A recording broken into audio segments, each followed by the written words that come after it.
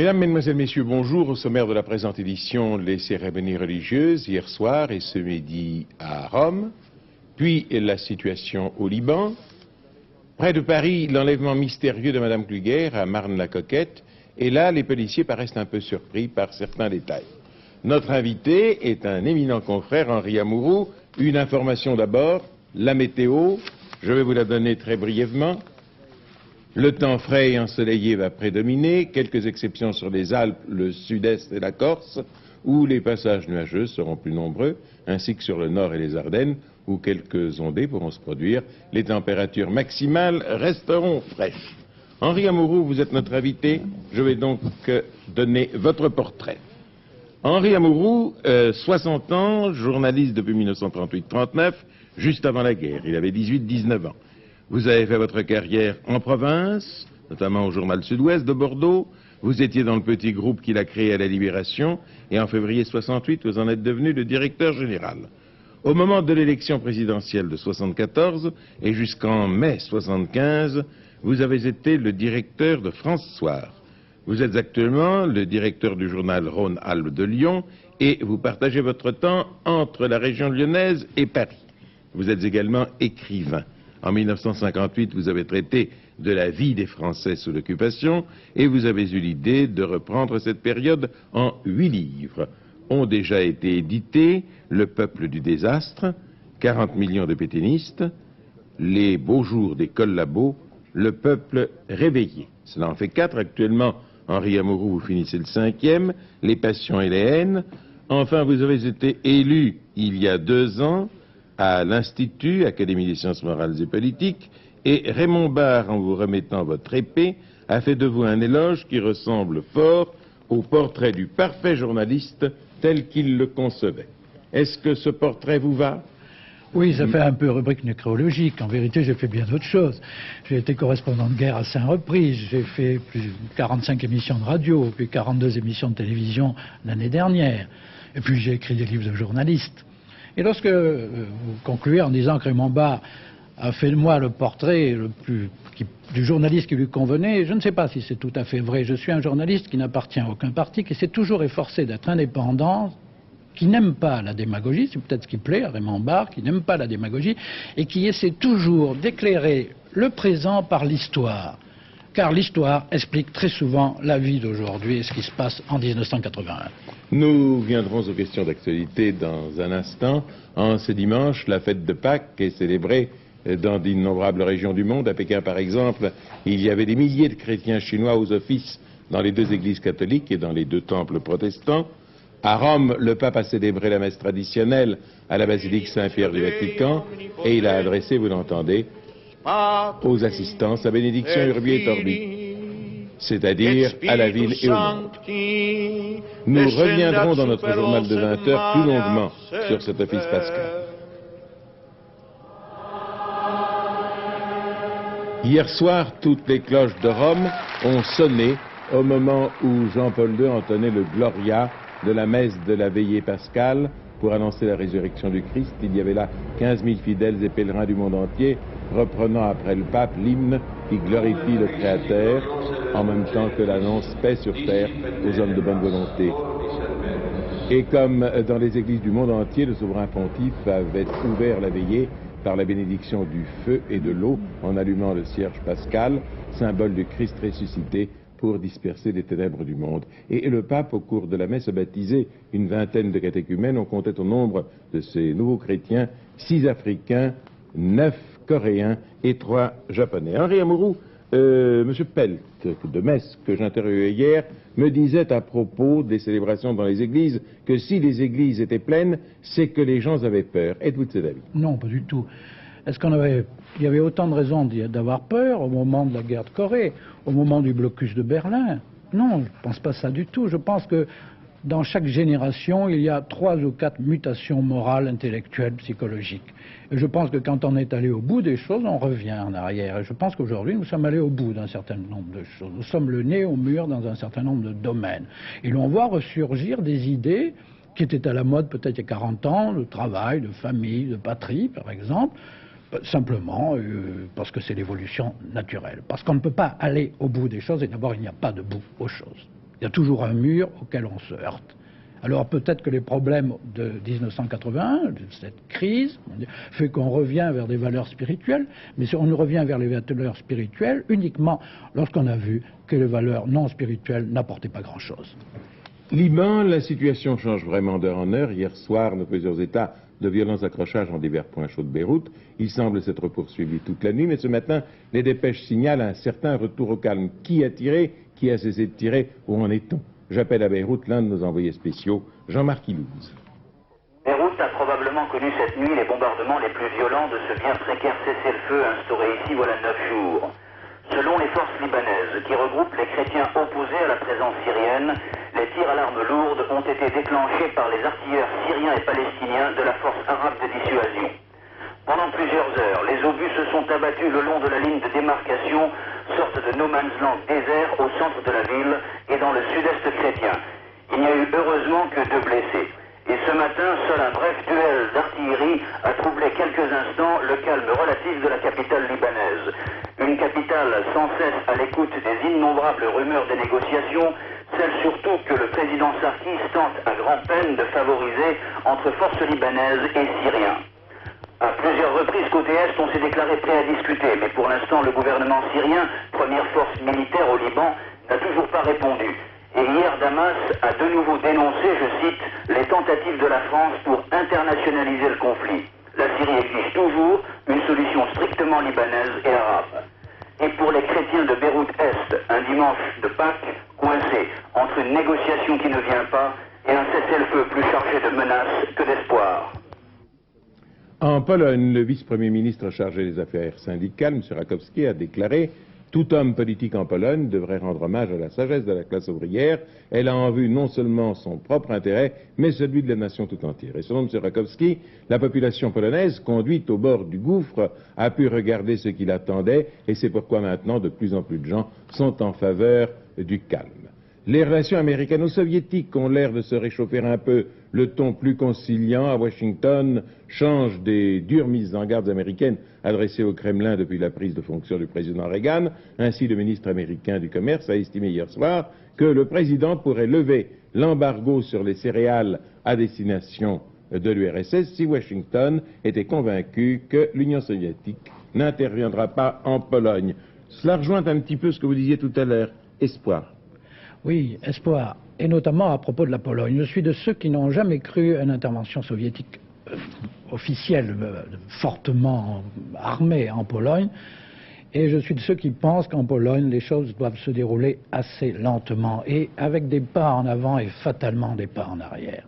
S'il y avait trop de précipitations de la part des Polonais, eh bien évidemment cela conduirait au clash. Et ce qui est frappant, c'est que tout ça a coïncidé avec l'élection de Jean-Paul II, et avec une importance de plus en plus grande de l'Église polonaise. Or, ce qui se passe aujourd'hui est inimaginable il y a 20 ans. C'est là où l'on voit combien l'histoire est importante. Du temps de Staline, vous le savez aussi mieux que moi, aussi bien que moi, tout ce qui se passe aujourd'hui est impensable. Il y a donc mouvement. On ne peut pas dire qu'un État dictatorial va rester dictatorial un siècle. Ce n'est pas vrai. Il y a des mutations dans les régimes communistes, comme il y a des mutations dans les régimes capitalistes. Et ce qui est fascinant dans ce qui deviendra peut-être un jour le modèle polonais, c'est qu'il est fatal que tous les pays qui sont autour l'observe, le regarde et soit fatalement influencé, car il y a toujours un phénomène de cancérisation. Je comprends bien, mais il y a une théorie très couramment répandue qui dit ceci, je la résume bien entendu sans nuance: l'URSS ne peut pas se permettre de laisser s'effriter le bloc de démocratie populaire et par conséquent, au dernier moment, si elle estimait qu'il y avait danger, elle serait contrainte d'intervenir. Mais il y a déjà danger. Ce qui est important, c'est de savoir que chaque fois, l'URSS recule davantage la barrière qu'elle avait placée initialement. Est-ce que vous pensez que Staline, par exemple, pouvait admettre la moitié de ce qui a été admis? Certainement pas. Donc il y a eu évolution. Et personnellement, je crois beaucoup à l'évolution. C'est l'évolution de l'espèce humaine, l'homme évolue, tout évolue, la vie évolue. Et les pays évoluent. Élection présidentielle, les candidats prennent un peu de repos, bien mérité, en ce week-end de Pâques, à la veille de la dernière semaine avant le scrutin. Depuis hier soir minuit, la publication des sondages est interdite. Dimanche prochain, jour du premier tour, Si vous voulez être informé le plus vite possible et le plus complètement possible, je vous conseille de suivre l'opération élection, mise au point conjointement par les équipes d'Antenne 2 et d'Europe 1, avec le concours de notre confrère, l'hebdomadaire Le Point. Nous irons au-delà des résultats en eux-mêmes et des analyses habituelles. Nous nous proposerons plutôt de vous montrer clairement l'évolution de l'électorat français depuis les présidentielles d'il y a 7 ans et les législatives de 78 jusqu'au vote de dimanche. Il y a là un effort d'ensemble dont je suis sûr que vous l'apprécierez. Alors, à propos des sondages, vous vouliez poser une question. Oui, Monsieur Amouroux, la campagne présidentielle a été l'occasion de la multiplication des sondages et de la multiplication des protestations. Alors, vous avez connu le premier épisode de cette guerre en 74. Je voudrais que vous nous le racontiez. Bien, je suis un petit peu, le journal France Soir que je dirigeais à l'époque, donc son directeur de l'époque est un peu responsable de ce qui s'est passé. Et ce qui se passe aujourd'hui, et du fait qu'il n'y ait plus de sondage pendant la dernière semaine. Voici comment les choses se sont passées. Le 17 mai 1974, c'est un vendredi. Et nous sommes à 2 jours du second tour. J'avais commandé à l'IFOP un sondage qui devait paraître le samedi matin, et dont je devais avoir les résultats à 22 heures. Et dans la journée, j'ai été assailli de coups de téléphone des représentants des 2 candidats. C'est-à-dire des représentants de M. Mitterrand et des représentants de M. Giscard d'Estaing. Personne de ces candidats ne voulait voir paraître ce sondage. Tout le monde en avait peur. On se disait, qu'est-ce qu'il va y avoir dans ce sondage? Et moi, je dis, je publie ce sondage. Et puis finalement, le président de la République, par intérim, M. Poher, m'a téléphoné vers 7h30, 8h moins le quart, en me disant, M. Amouroux, ce sondage peut avoir des conséquences très dramatique, a-t-il dit, pour la France, peut avoir des conséquences très très graves, très ennuyeuses. Je vous demande de ne pas publier ce sondage. Alors j'avais bien entendu une responsabilité en tant que Français, on dirige un journal, mais ce n'est pas pour faire n'importe quoi, bien entendu. Enfin, dans mon idée, un journaliste, un directeur de journal a des responsabilités morales et des responsabilités sur le plan national. Je dis à M. Poher, je suis d'accord, je ne publie pas le sondage à condition que les 2 candidats soient d'accord, et je vais leur téléphoner, et à condition que vous me le demandiez par lettre. Et le président Poher m'a écrit une lettre qui m'a été portée, une lettre tapée à la machine, qui m'a été portée par un motard mise en main propre, etc. Et que je n'ai pas pu publier car elle faisait état d'une loi qui n'existait pas, qui existe depuis. Alors j'ai retéléphoné au président Poher, il était à ce moment-là 20h40, 20h45, et je lui ai dit, Monsieur le Président, je ne peux pas publier votre lettre. Et il m'a expliqué pourquoi. Je lui ai dit pourquoi. Il m'a dit, mais Monsieur Amouroux, que faut-il faire? Me refaire une lettre. Et j'ai entendu cette réponse qui m'a surprise. Je ne peux pas, me dit le président Poher. Pourquoi, lui demandai-je? Parce que je n'ai plus de dactylo. Il était donc 9h moins le quart, il n'avait plus de dactylo, je lui ai dit qu'à cela ne tienne, vous m'écrivez une lettre manuscrite, il m'a écrit une lettre manuscrite, je l'ai publiée.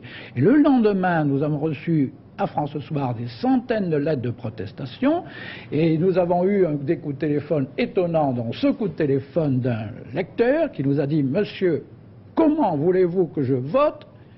Il n'y a pas de sondage, je ne sais pas pour qui voter. » Donc depuis, il y a eu la loi, même si elle ne plaît encore pas et que beaucoup de textes sont déposés. Et il y a eu cette loi qui interdit de publier les sondages dans la dernière semaine. Beaucoup trouvent que ce n'est pas suffisant. Beaucoup trouvent que ce n'est pas suffisant, mais il est certain que les sondages peuvent influencer les gens qui ne réfléchissent pas par eux-mêmes. J'en viens à cette affaire d'enlèvement à Marne-la-Coquette. La victime en est Madame Huguette Kluger, qui, avec son mari, dirige une société d'édition musicale éditant entre autres les chansons de Rick Hazara et de Plastic Bertrand. Les policiers se montrent d'autant plus discrets qu'ils ont été, dit-on, un peu surpris par quelques bizarreries. Jean Mamère s'est rendu une nouvelle fois à Marne-la-Coquette pour tenter d'y voir clair. Je demande aux ravisseurs qu'ils se manifestent car depuis 2 jours je suis sans nouvelles de ma femme. Voilà en tout et pour tout la seule déclaration que M. Kluger a bien voulu faire depuis l'enlèvement de son épouse dans la nuit de vendredi à samedi. Il semble aussi que ce soit le seul fait nouveau de cette enquête.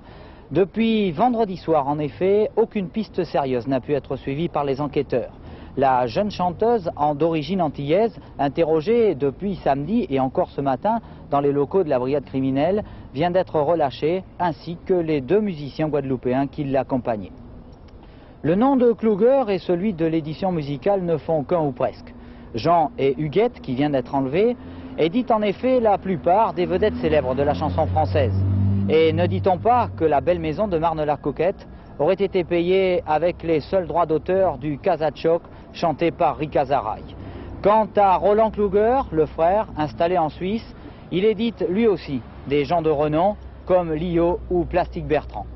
Alors, les Kluger auraient bien sûr les moyens de payer une forte rançon. Mais jusque-là, rien de cela n'a été encore demandé par les ravisseurs. L'hypothèse la plus crédible reste donc bien sûr le différend entre gens du show business. Les enquêteurs, au cours de leur enquête dans ce milieu, ont même appris que le 16 mars dernier, Jean Kluger a eu un différend avec l'un de ses chanteurs sous contrat, il s'agirait même d'une chanteuse, et que depuis, il aurait reçu des menaces de mort. Un homme condamné à 20 ans de prison est sorti cette semaine de la prison de Liancourt dans l'Oise, après y avoir purgé 5 années de sa peine. Il s'agit d'Urbain Giaume, plus connu sous le nom de Pépé Lacam.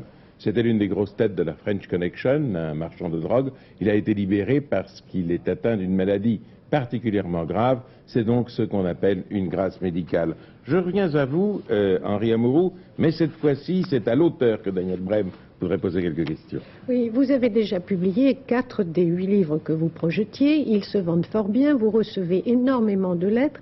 Alors, comment expliquez-vous cet engouement qui est heureux pour vous, mais est-ce seulement par l'intérêt de l'histoire ? Non, écoutez, c'est très simple. D'abord, il y a beaucoup de gens, Dieu merci, qui sont vivants aujourd'hui, qui ont connu cette époque. Or, 40-45, ce n'est pas simplement une guerre étrangère, comme 14-18. 14-18, il y a les Français d'un côté et les Allemands de l'autre. Mais 39-45, 40-45, c'est d'abord une guerre civile. Les Français sont divisés sur tous les problèmes de politique. Regardez aujourd'hui, on pose encore la question aux deux candidats, à tous les candidats, que ferez-vous du cercueil du maréchal Pétain? Me laisserez-vous aller le lieu ou allez-vous le mettre à Douaumont? Et vous savez très bien qu'il y a des mots qui restent de cette époque, le mot J3, le mot exode. Le mot exode est un très vieux mot, il était dans la Bible, mais enfin, on parle toujours de l'exode en faisant référence à l'exode de 40. Le mot ligne de démarcation, bref, le mot Ostweiss, tout un tas de mots sur Russie. Et pour beaucoup de Français, ça a été un moment très dur de leur histoire, non seulement très dur dans la vie quotidienne, il y avait 1 800 000 prisonniers. Donc ils préféreraient l'oublier plutôt, non? Je ne sais pas. D'abord, les Français sont un peuple qui vit à moitié, le corps à moitié enfoncé dans l'histoire. Nous sommes un peuple qui aime beaucoup l'histoire, nous aimons cela. Écoutez, le 22 juin 1941, les Allemands entrent en Russie. Moi, je me souviens bien, c'était chez moi. Mon père met un disque sur le tourne-disque de l'époque et on fait jouer la Marseillaise. Et pourquoi fait-on jouer la Marseillaise? On dit les Allemands sont perdus parce qu'ils viennent d'entrer en Russie. Pourquoi? Parce que Hitler ne peut pas gagner là où Napoléon a échoué. C'était aussi bête que ça. Et tous ces raisonnements, les grands stratèges qui pensaient à tout cela, des gens humbles, modestes, se disaient c'est pas possible, Napoléon a échoué et Hitler ne peut pas réussir.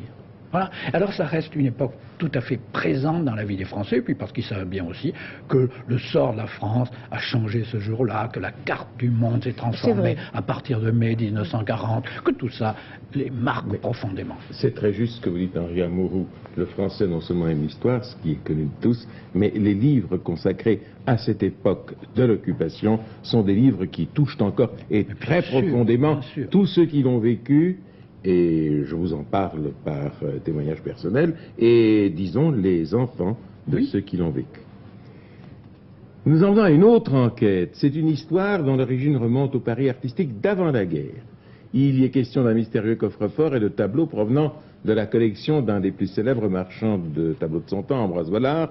La vente des tableaux organisée à l'hôtel Drouot n'a pas pu avoir lieu sans qu'on sache bien pourquoi. Louis Doucet a pu remonter l'un des fils de l'affaire. Je vous recommande de le suivre avec un peu d'attention, car comme dans tous les bons romans policiers, les choses ne sont pas si simples.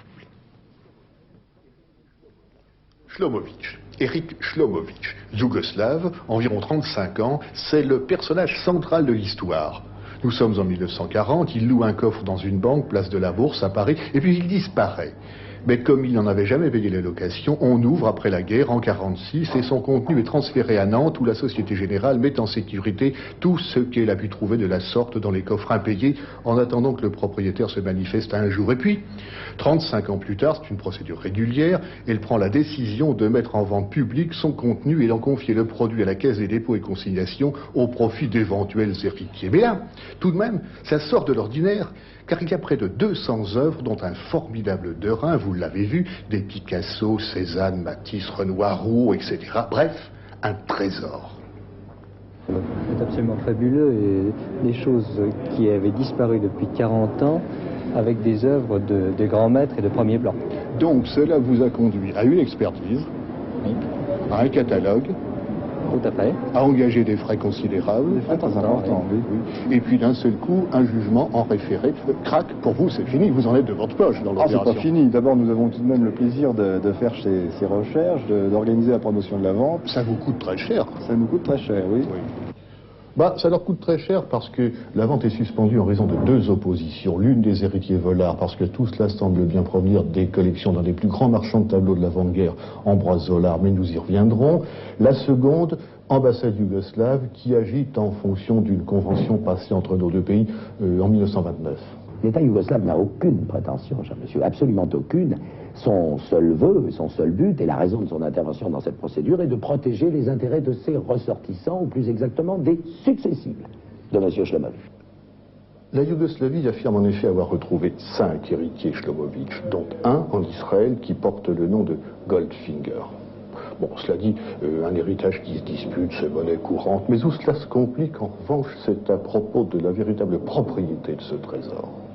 Ambroise Vollard se tue dans un accident de voiture en 1939. Sa fabuleuse collection revient à son frère Lucien, fonctionnaire dans l'île de la Réunion, qui n'en fait pas un cas excessif, puisqu'il distribue des tableaux à qui cela a l'air de faire plaisir, et qui s'en laisse aussi emprunter, à fond perdu semble-t-il, comme cet énorme paquet que Shlomovitch emmène en Yougoslavie pour une exposition, dont voici d'ailleurs le catalogue.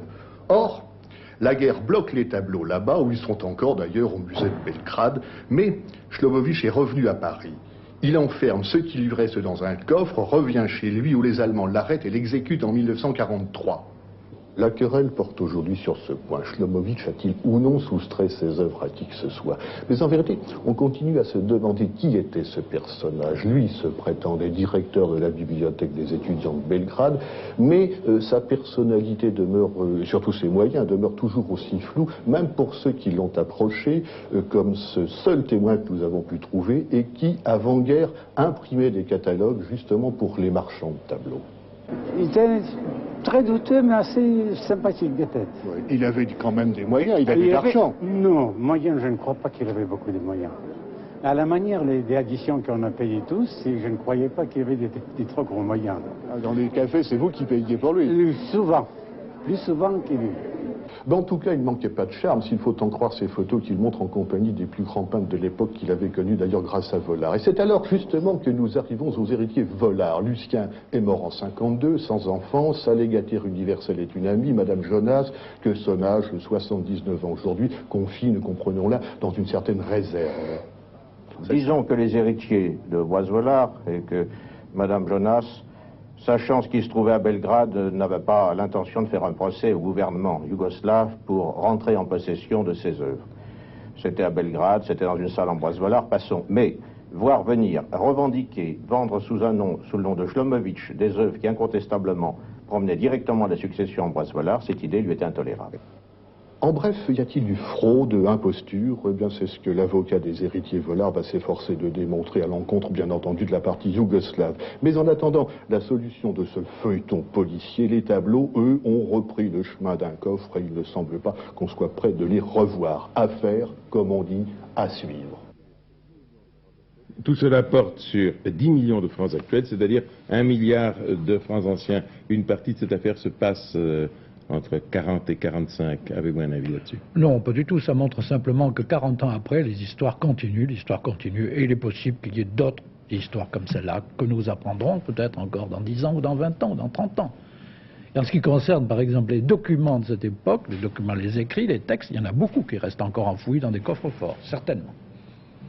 Demain, lundi de Pâques, à Longchamp, c'est la grande réunion du prix Noailles. Le tiercé a lieu dans le prix André Carus, ce polytechnicien qui inventa justement le jeu du tiercé. Voici les pronostics de Pierrette Bresse. D'abord, elle place le 1, First of the Line, qui est entraîné par Alec Head et monté par Freddy. Ensuite, le 12, Dan Dancer, le 14, Fabrici, le 19, Cheeky Hand, le 13, Méris, le 7, Calouette, le 2, Val de Mougin et le 6, Fast Action, qui avait gagné très joliment au mois de novembre. Quant aux 24 heures motocyclistes du Mans, elles se terminent dans quelques heures à l'Intellet. Le point Léon, en effet, à près d'une heure et demie de l'arrivée des 24 heures du Mans Moto, l'équipage Hugues Marin sur la Kawasaki 1000 numéro 3 est solidement installé en tête. Les deux Français sont des spécialistes de l'endurance et tournent en 1 minute 52 sur le circuit. Autant dire qu'ils ne prennent pas grand risque de peur d'hypothéquer leur victoire. La Honda officielle de Saron-Jobert a été contrainte à l'abandon à la suite d'une chute, alors qu'elle se trouvait à 20 secondes des leaders. C'est donc la Honda privée de l'Allemand Gerder et du Français Auguin qui a pris la deuxième place à 18 tours de la Kawasaki de tête. 3, 4, 28, une Kawasaki et 2 Honda. Voilà le tiercé, Léon, après d'une heure et demie de l'arrivée. Demain, c'est la journée sans tabac. Journée nationale organisée par le Comité français d'éducation pour la santé. Si vous êtes fumeur, faites l'effort indispensable pour ne pas fumer du tout. Demain, et les fleuristes de France vous conseillent de remplacer le tabac par une fleur que vous porterez, vous choisirez la fleur comme vous voudrez, ou un badge qui représente ces fleurs. La journée sans tabac, demain, lundi, fumez-vous? Oh non, j'ai abandonné il y a 35 ans. Ah, vous battez, j'ai abandonné il y a 28 ans. Il vaut mieux ne pas fumer, et ceux qui fument ont grandement tort de le faire. Demain soir, vous pourrez suivre après le journal le magazine Question de temps de Louis Berrieux et Jean-Pierre Elkabbach, où celui-ci vous présentera un reportage sur l'une des 240 sectes existantes en France, des Hare Krishna. On y traitera dans ce reportage d'affaires, d'écoles, de philosophie, d'argent, parce que c'est à tout cela que s'intéressent les Krishna. C'est à la fois passionnant et inattendu, et l'émission vous montrera ces Krishna vus de l'intérieur. Nous terminerons la présente édition en jetant un coup d'œil sur un animal exceptionnel, un serpent à 2 têtes. Un serpent à 2 têtes qui a été découvert dans l'Arizona et qui s'appelle Yuna. Je ne sais pas qui l'a appelé Yuna, et je me demande même si dans la stricte orthodoxie de la pensée, il ne faudrait pas donner 2 noms à un serpent qui a 2 têtes.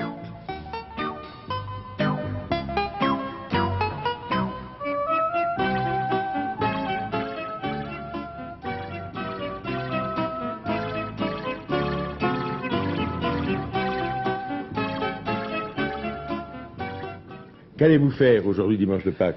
Eh bien, je vais travailler à mon 5e livre, et plus précisément à un chapitre sur la déportation des enfants juifs au mois d'août 1942. Recevez-vous beaucoup de courriers? Énormément de lettres. Et ce qui est le plus émouvant, c'est lorsque je reçois des lettres venant des 2 côtés de la barricade, puisque vous savez bien qu'il y a eu barrière et barricade, et qu'il y avait des gens qui se détestaient.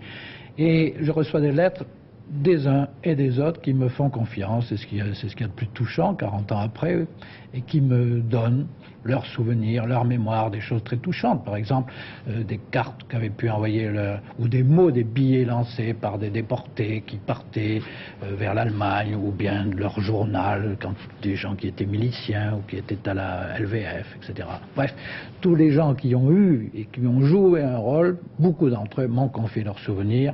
Et cela complique un peu ma vie, mais ça l'embellit énormément.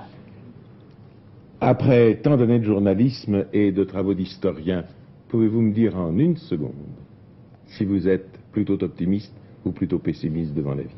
Moi, je suis optimiste. Eh bien, c'est très bien. Et je vous ai dit plutôt, et vous me dites je suis optimiste, vous le dites carrément, et on voit votre sourire sur l'écran. Merci d'être resté pendant ces 40 minutes avec nous. Notre édition est terminée. À ce soir, si tel est votre choix. Bonne journée. Merci.